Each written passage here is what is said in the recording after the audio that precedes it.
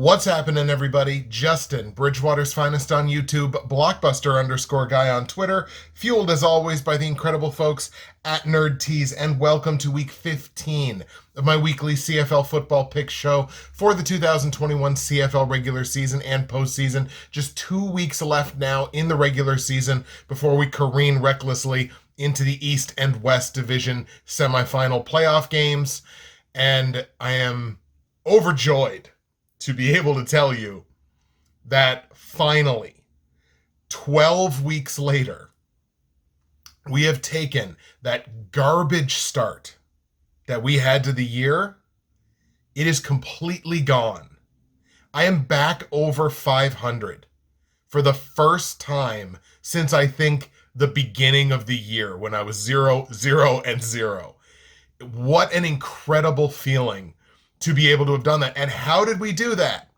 That was done by a 62.22% clip, a run that I am on over these last 4 weeks. 28-16-1 run in the last 4 weeks. 6-3, 6-6, 8-4, and then this past week, 8-3-1 across all of my CFL picks. 28-16-1 run, which includes a 16-7-1 run over back-to-back weeks. So we're back on fire. The 8-3-1 that I was last week was comprised of 4-0 straight up, ran the table, picking the winners of the games, and 3-1 against the spread. So really on fire straight up and against the spread. Over under 1-2-1, a little bit underwater. So that's my actual first straight up push of the year. I think there was one game that landed on exactly 44 points last week, so that was my push.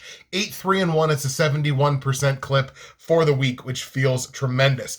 Overall, straight up, now 10 games over 500 at 32-22 straight up. That is damn near 60%. And again, coming from where we came from, that's a pretty darn incredible run. Against the spread, now just 2 games under 500 on the season, 26-28, it's 48%.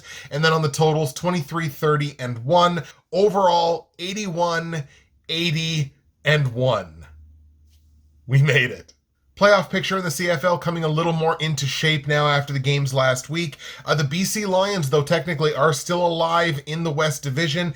It looks very similar to how it looked last week. Toronto's still leading the way for the East Division. You got Hamilton behind them, a game at 7-5. Montreal at 6-6. All three of those teams have clinched a playoff spot because BC can no longer grab one of the crossover spots. But they could still technically catch Calgary in the West Division, so still a chance for the Lions to make the playoffs. They need to win out, and they need a lot of help. Also made some pretty decent strides in CFL fantasy football, moved up 2 spots in the official Atlantic Schooners Fantasy Football League to 15th place now out of 82. Also shot up 162 spots in the overall rankings. I think I was 1,034th when we last spoke to each other, now 872nd. So made a nice little jump there. My goal that I mentioned to you in the episode last week was to make it into the top 800, which I now trail by only 8 points, so I cut that deficit in half. I'm going to toss in a stretch goal in there too. I'm going to try to make the top 700 here in the next couple of weeks. I trail that only by 16 points, which is the same amount that I trailed the top 800 by when we spoke last week. So it's a stretch goal, but I don't think it's unachievable. Let's get this dub here in fantasy. Week 14, I brought in 78.6 points. Not one of my better performances, but again, certainly enough to shoot me up the rankings, which was always nice. 1,071.7 fantasy points overall. My MVP in week 14, a guy making his CFL debut, that was Edmonton running back Walter Fletcher. I put my faith in him. He was a low-cost option. He got the job done last week. 14 carries for 74 yards rushing, added 5 catches for 66 yards in the receiving game, was good for 19 points, and actually 4 of the 6 people that I had in my roster hit at least 16 fantasy points. So very balanced attack for me in fantasy last week. Didn't have any of the huge numbers, but very balanced across the board. I'm going to show you my week 15 fantasy lineup, but please be advised, this lineup is going to change. But the lineup that I'm going to show you right now, this is what it looks like. I think I'm going to bite on Sean McGuire getting his first CFL start for the Winnipeg Blue Bombers, the lowest cost quarterback option at just $5,000. So I think I'm going to go ahead and bite on him for his ability to run the football and his propensity to like to run the football. Let's see what he's like as a thrower of the football. Going to toss Kadeem Carey in there, and Sean Thomas Erlington is actually my second running back here. Was originally Don Jackson, but Don Jackson picked up a groin injury, I think, in practice. He did not practice yesterday, so the chances that Jackson starts seems kind of 50-50 at this point. No team has released any depth charts. There could be some changes that come along the pipe there. I'm going to toss in Kenny Lawler as the number one option for my starting quarterback, Sean McGuire. Let's see what he can do with that. I've got Kyan Schaefer-Baker in there as well. He led the way for the Riders in the pass game last week. They got a rematch against Edmonton this week. I'm also going to toss Bailey in there as well in my flex spot, once again stacking with my starting quarterback. But again, this lineup is going to change. Any fantasy changes I make, I will advise you in the comments. There's going to be a relatively quick recording of this episode because it's Remembrance Day, and I feel like I should take the time, as everybody should today, to, again, remember. That's what the day's for. That's what I'm going to certainly be doing. We're going to get this episode recorded and then do our due diligence. Hamilton is in Toronto taking on the Argos, that looking like a battle for the East Division. Calgary is in BC taking on the Lions. We've got Winnipeg in Montreal taking on the Alouettes, a rematch from last week, and Edmonton in Saskatchewan taking on the Riders, also a rematch from last week. So let's start in Toronto. Ticats and Argos. Hamilton 7-5 now, winners of 3 straight games. They are on fire. I would have to call them probably the second best team in the CFL over the last month or so. Their average score of their last 3 games, 32-15. So the offense is going, the defense is going. They picked up a 26-18 win against the Lions in Hamilton last week.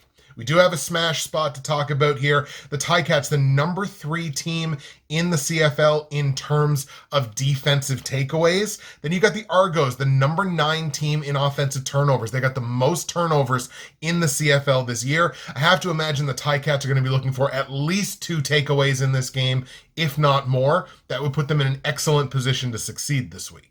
And like I mentioned, potentially no Don Jackson in the backfield for the Ticats. Did not participate on Wednesday, listed with a groin injury, and that was after being a full participant both Monday and Tuesday. So chances are he picked up something in practice. Never good news. If he can't play, it should be Sean Thomas Erlington's backfield.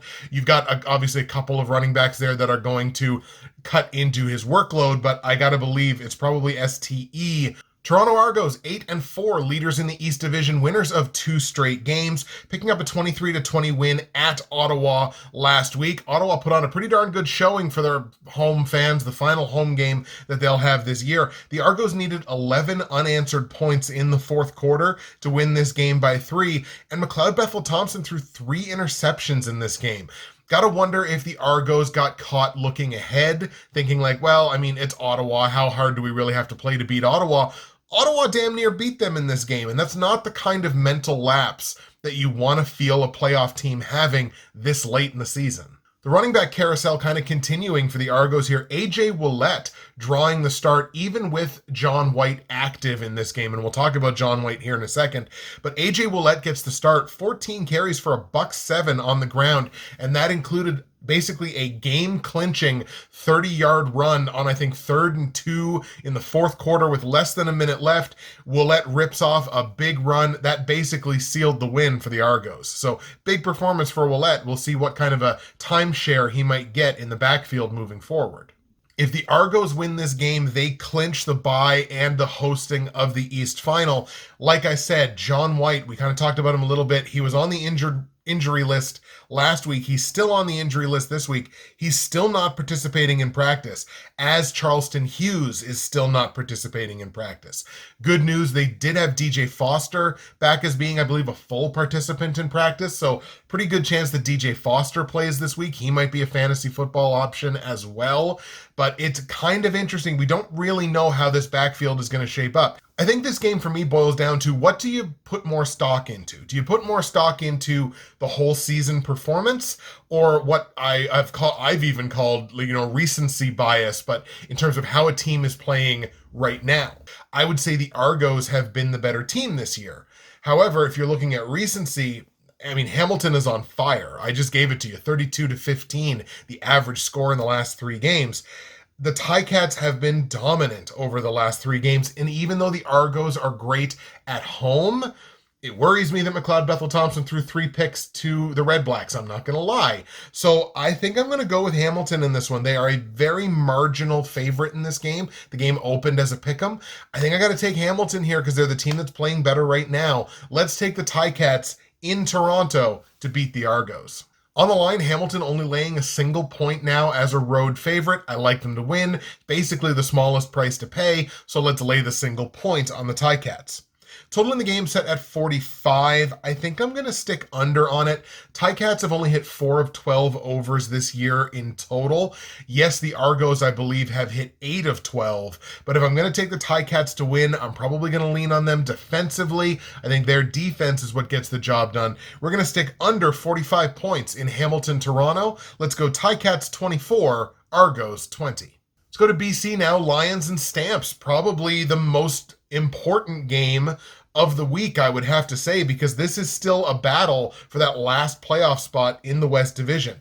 Calgary 6-6. They're coming into this game off of their bye. They won the last time out. That was a Week 13 matchup against the REDBLACKS in Ottawa, doubling them up 26-13. Kadeem Carey was dominant in that game, 116 all-purpose yards and a rush touchdown, and he touched the ball 20 times. Can you imagine that this was ever a team that was keeping Kadeem Carey to like less than 10 touches? That's crazy. The Stampeders had a big night on defense in that game, and they have rounded into what I consider to be one of the CFL's best defenses heading into the playoffs. That is your chip in a chair. That is, you always have a chance to win in the playoffs if your defense is playing very, very well. In the last 3 games, the Stamps only allowing 14 points per game. They've had 12 quarterback sacks in the last 3 games, knocked down 6 passes. They've got 3 interceptions in those games. Their defense has rounded into form, especially the pass rush. We do have a smash spot alert to talk about in this game. The Stamps, the number 1 passing offense in the CFL, taking on the Lions, who are still statistically the worst secondary in the CFL, giving up the most yards passing on average. And a win or a tie here for Calgary does clinch the final playoff spot in the West Division. Obviously, that means BC has got to win out and get some help, and it's going to be tough for them. Losers of 6 straight games, now sitting at 4-8. On the season, they dropped an 8-point decision in Hamilton last week. The loss negating the crossover chance, as I mentioned before, but it's got to start from within. The help has to start from the guy under center, and that's Michael Riley. He put up a lot of yardage in that game, the 36-year-old Riley putting up 330 yards passing, but didn't throw a touchdown and threw an interception. And this is with Lucky Whitehead now back in the lineup. You got to think, okay, we got to go now. Like, this is our lineup. This is the best we've got. We've got to go now. This is Mike Riley's worst statistical season, probably since his injury-shortened season in 2015, where I think he only threw 15 touchdowns or something, but he only played 10 games. And at 36 years old, it's not unfair to ask how many more seasons at his level he's got. Look, Lucky Whitehead makes this team dangerous, and this is the singular team with their backs against the wall. So you never want to fully discount a team like that, but this feels like a game of skill versus will. It feels like Rocky Balboa and Mason the Line Dixon. Like, Calgary is the team that's got the skill. BC needs to figure out whether their will to win and will to drag themselves into the playoffs is going to be strong enough. Quite frankly, even though they showed a little more willingness to run the football last week, hey, who'd have thunk it? That was a really close game, a 1-possession game last week, and you actually let Butler run the football. And you had him a little bit involved in the pass game too. Again, just absolutely mind-blowing what it might take to win some football games. Don't trust BC's ability to win with their current style. I've been talking about it for weeks. They also stink versus the West Division. They've won 1 of their 7 games against the West Division, being outscored on average, being doubled up 30-15 against the West. I just don't see BC winning this football game. Let's take Calgary to beat BC, lock up that last playoff spot in the West. On the line, Calgary only laying 2.5 points here as a road favorite. I like them to win. It's a relatively small price to pay, so I'm going to lay the 2.5 points on the Stamps. Total in the game set at 45.5. I think I got to lean under on this one too. This is our biggest total of the week. The Stamps have only hit one over in their last 6 games. Their defense, I called them out specifically. Their defense has been dominant over the last little while, especially the last 3 weeks. I think this game stays under. We're going to stick under 45.5 points in Calgary, BC. Let's go Stamps 27, Lions 17. And before we move on, folks, I'm going to do my due diligence, as I always do, and take the time to shout out my great friends and sponsors at Nerd Tees. Ladies and gentlemen, nerdtees.ca is where you need to go for dozens and dozens of incredible loose leaf tea blends and accessories. Great gift ideas for those hard to buy for people still hanging around on your Christmas list. You're going to want to use my promo code BWFinest. Why? Well, I'll tell you. When you use my promo code BWFinest, you are going to save 15% at checkout on whatever you're purchasing off of nerdtees.ca. You're also going to get free shipping in Canada on any order over $100, which obviously is big and important and a really good deal. If you're one of my American viewers as well, you're going to get a great conversion rate on the US dollar. Today's blend that I was sipping on there is Amaretto Almond Biscotti, a longtime favorite of mine. But again, dozens of great options. I've talked about a lot of them on these shows, both CFL and NFL. Nerdtees.ca. Use the promo code BWFinest. Get your free shipping. Save your 15%. Find yourself something to love, or find someone you love something to love. You can do it on nerdtees.ca. Alrighty, folks, second half of the games, let's get into them. We're going to go to Montreal now. Winnipeg in town taking on the Alouettes. Rematch from last week, a game that Winnipeg won in Winnipeg by double digits, 31-21. Now, Johnny Augustine and Brady Oliveira kind of comboed the backfield last week for Winnipeg and kind of put up an Andrew Harris-esque line, at least certainly running the ball. They combined for 16 carries for 83 yards. This year, that feels like an Andrew Harris stat line. Now, they did only catch 2 passes combined for 20 yards. Andrew Harris, obviously much more dangerous receiving the football, I think, than either one of those guys. But I think in tandem, and that's why neither one of them wound up in my fantasy roster this week, in tandem, I think they can come close, at least, to putting up the kinds of performances that you'd get from Andrew Harris. But again, once playoffs roll around, I have full confidence that Andrew Harris is going to be out there. Very balanced passing attack for the Bombers. As a matter of fact, as far as I'm concerned, it's Winnipeg and Saskatchewan in terms of the deepest core of wide receivers in the league. We'll talk about Saskatchewan's here in a little bit, but for Winnipeg, Kenny Lawler, Rashid Bailey, and Nick Dembski combined for 24 of Zach Collaros' 33 targets in the pass game. And we didn't even mention Darvin Adams. We didn't mention Drew Wolotarski. There's a lot of receiving options in this core. And again, as far as I'm concerned, it's like Winnipeg and Sasky for the deepest cores. And as we mentioned, Sean McGuire getting his first CFL start, so it begins the Bombers resting players, resting Collaros this week. He's got 8 rushing touchdowns in 2021. I think he's thrown for 1. I'm not 100% sure, but he has not really been asked to throw the football much in his CFL career. So that is the biggest question mark, because it's all well and good to be a short yardage backup quarterback who comes in when you're on the 1 or 2 yard line and you can sort of vulture some red zone touchdowns. Ask Antonio Pipkin. That's one thing. Being a starting quarterback in the CFL, even for a period of a single game, is a different ball game. So it'll be really interesting to see how Sean McGuire kind of reacts to that. Again, he was such a great value in fantasy, I had to jump on it, but in the real game, question marks. The Alouettes now at 6-6, losers of 2 straight, and this is the ultimate peak and valley team. I think they started the season 2-4, then they won 4 straight. Now they've lost back-to-back games. That, of course, includes the 31-21 loss last week. Trevor Harris, under center, and kind of struggled. Only completed 56% of his passes, $177 throwing the ball, threw for 2 touchdowns, but also threw 2 picks. And his struggles kind of negated another 100-yard performance from William Stanback. And usually when Stanback can find that kind of success on the ground, it puts the Owls in a really good position to win. Unfortunately, the quarterback play didn't match up. I don't love the fact that the Alouettes are kind of going backwards in terms of the penalties. And again, I lambasted them for it all through 2019, and it's kind of popped up here and there this year. They had 8 penalties for 90 yards in that game last week, and over the last 3, they've taken 21 for 206.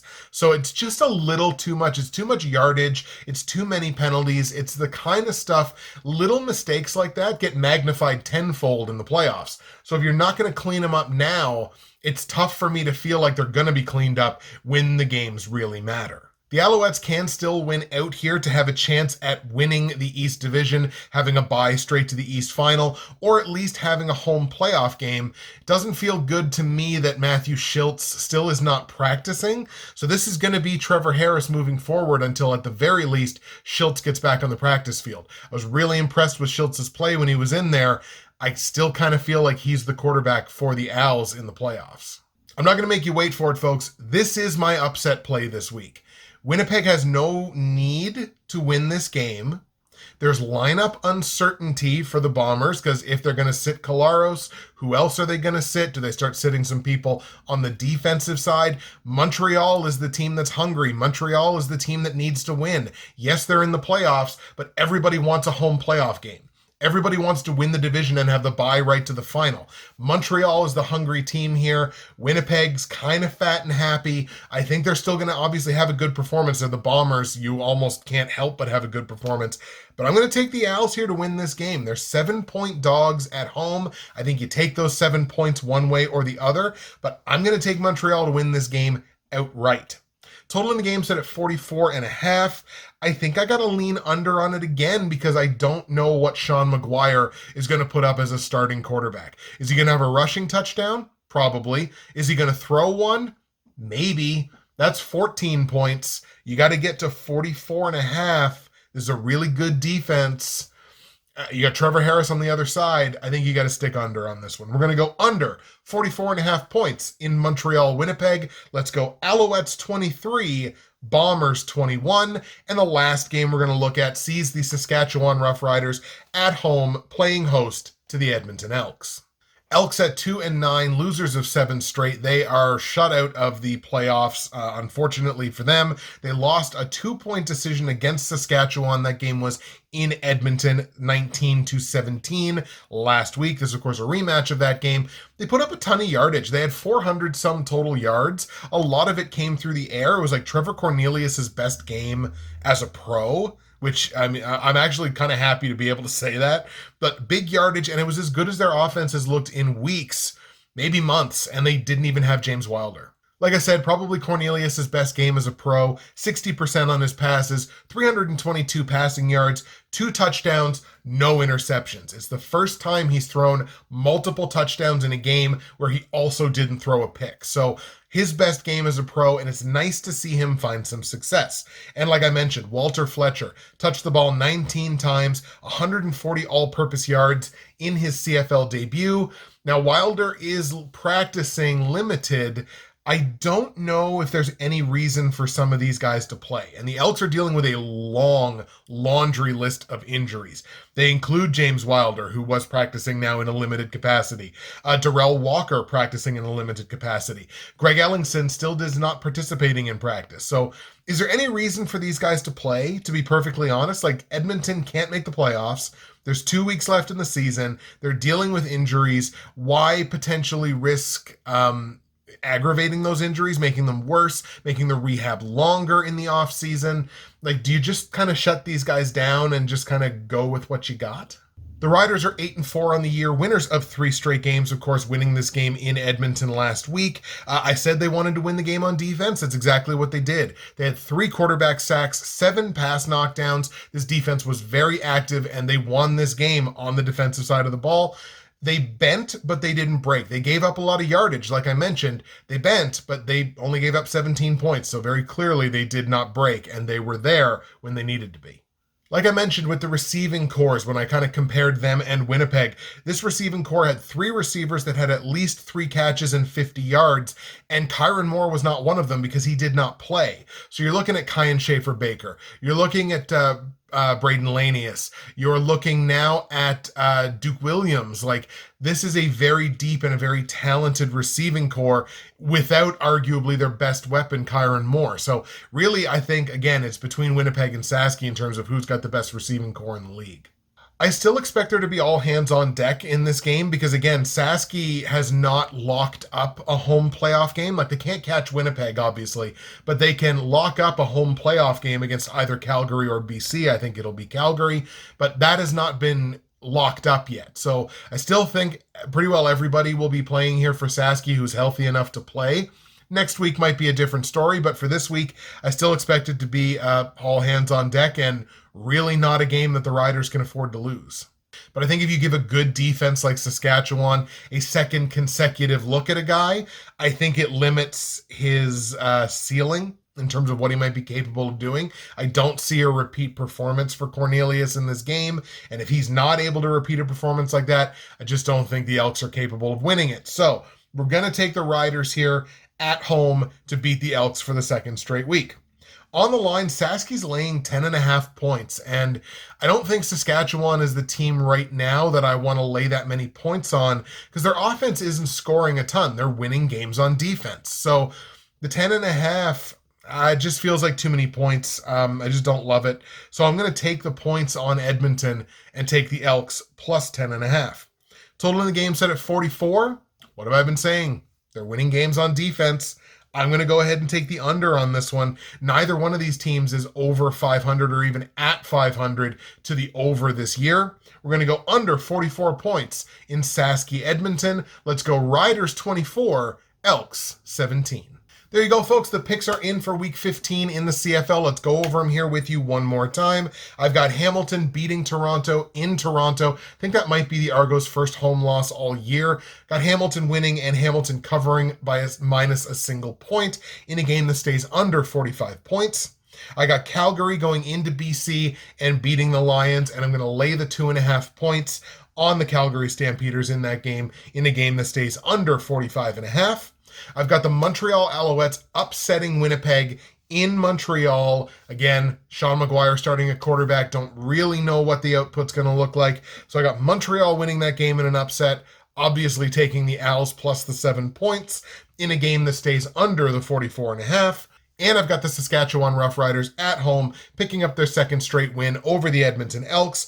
But I do have Edmonton covering plus 10.5 against the spread in a game that stays under 44 points. So there you have it, folks. Your boy's on fire. Let's hope he stays that way. And just this week and next week left in this abbreviated CFL regular season before we get into the playoffs the week afterwards. That's it for me, Justin, Bridgewater's Finest on YouTube, Blockbuster_guy on Twitter, fueled as always by the incredible folks here at Nerd Tees. Thank you so much for taking the time to watch. We'll see you again in Week 16, and the Week 16 schedule is all over the place. We have another Tuesday game. There's 5 games on the schedule, so we're going to have to see what my scheduling kind of looks like.